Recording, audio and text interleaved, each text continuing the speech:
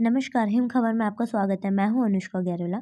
मैं हाजिर हूं राहुल गांधी के देहरादून में आयोजित जनसभा से संबंधित खबर के साथ। देहरादून के परेड मैदान में आयोजित जनसभा में कांग्रेस के वरिष्ठ नेता व पूर्व राष्ट्रीय महासचिव राहुल गांधी ने उत्तराखंड और अपने परिवार के बीच कुर्बानी का रिश्ता जोड़ा। अपने संबोधन में राहुल गांधी ने सबसे पहले सीडीएस जनरल बिपिन रावत को श्रद्धांजलि अर्पित की।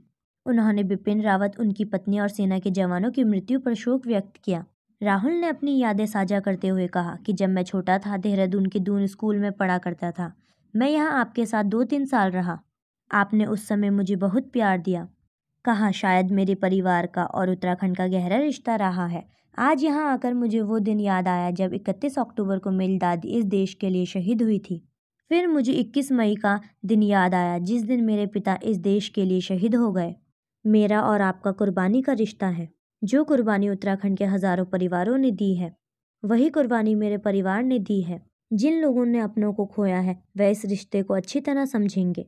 जो सेना में है, उन्हें यह बात गहराई से समझ आएगी। कहा कि आज देश को बांटा जा रहा है, कमजोर किया जा रहा है, एक भाई को दूसरे भाई से लड़ाया जा रहा है। पूरी सरकार 2-3 पूंजीपतियों के लिए चलाई जा रही है। काले कानून किसानों के खिलाफ उनकी मदद नहीं, उन्हें खत्म करने को बनाए गए हैं। किसान न डरे और न पीछे हटे। जिसके 1 साल बाद प्रधानमंत्री हाथ जोड़कर कहते दिखे कि गलती हो गई, माफी मांगता हूँ। जो 700 किसान शहीद हुए, उनके बारे में भाजपा के नेता सदन में कहते हैं कि किसी की मृत्यु नहीं हुई।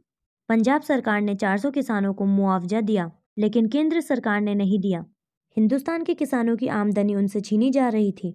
नोटबंदी के बाद गलत जीएसटी, उसके बाद कोरोना के समय हिंदुस्तान के सबसे बड़े उद्योगपति को टैक्स माफ, लेकिन मजदूरों को बस या ट्रेन का टिकट नहीं दिया। चाहे नोटबंदी हो या जीएसटी या कोरोना में सरकार के एक्शन, ये तीनों काम हिंदुस्तान के किसानों, छोटे कारोबारियों पर कुछ बड़े पूंजीपतियों के आक्रमण है। जो लोग आपको रोजगार दे सकते हैं, उन छोटे कारोबारियों, व्यापारियों को भाजपा ने खत्म कर दिया।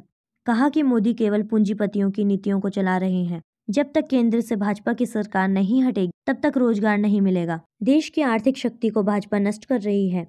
राहुल गांधी ने सीडीएस जनरल बिपिन रावत को पुष्प अर्पित कर श्रद्धांजलि दी। इसके बाद राहुल गांधी ने पूर्व सैनिकों को स्मृति चिन्ह देकर उन्हें सम्मानित किया। राहुल गांधी ने कहा कि ये मत सोचिए कि हिंदुस्तान मजबूत हो रहा है। हेलीकॉप्टर, हवाई जहाज, तोप से देश मजबूत नहीं होता। देश मजबूत तब होता है जब देश का नागरिक मजबूत होता है। जब देश में जनता बिना डरे बोल सके, तब मजबूत होता है। बांग्लादेश लड़ाई के समय देश मजबूत था। सेना और सरकार के बीच में मजबूत रिश्ता था। हिंदुस्तान की अर्थव्यवस्था मजबूत थी, इसलिए पाकिस्तान को 13 दिन में हराया। आज वह समय नहीं है। मीडिया वाले जितना भी कह लें, हवाई जहाज, टैंक से देश मजबूत नहीं होता। मैं वो दिन कभी नहीं भूल सकता जब मुझे स्कूल में बताया गया कि इंदिरा गांधी को 32 गोलियां लगी हैं।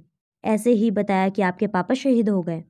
आज दिल्ली में विजय दिवस के कार्यक्रम में इंदिरा गांधी का नाम तक नहीं है, जिस महिला ने देश के लिए 32 गोलियां खाई। क्योंकि सच्चाई से मोदी सरकार डरती है।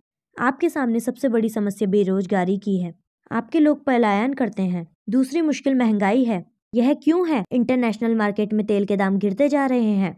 दुनिया में सबसे ज्यादा टैक्स हिंदुस्तान में है। नरेंद्र मोदी ने 10 लाख करोड़ रुपए आपसे छीनकर करोड़पतियों का कर्ज माफ किया है।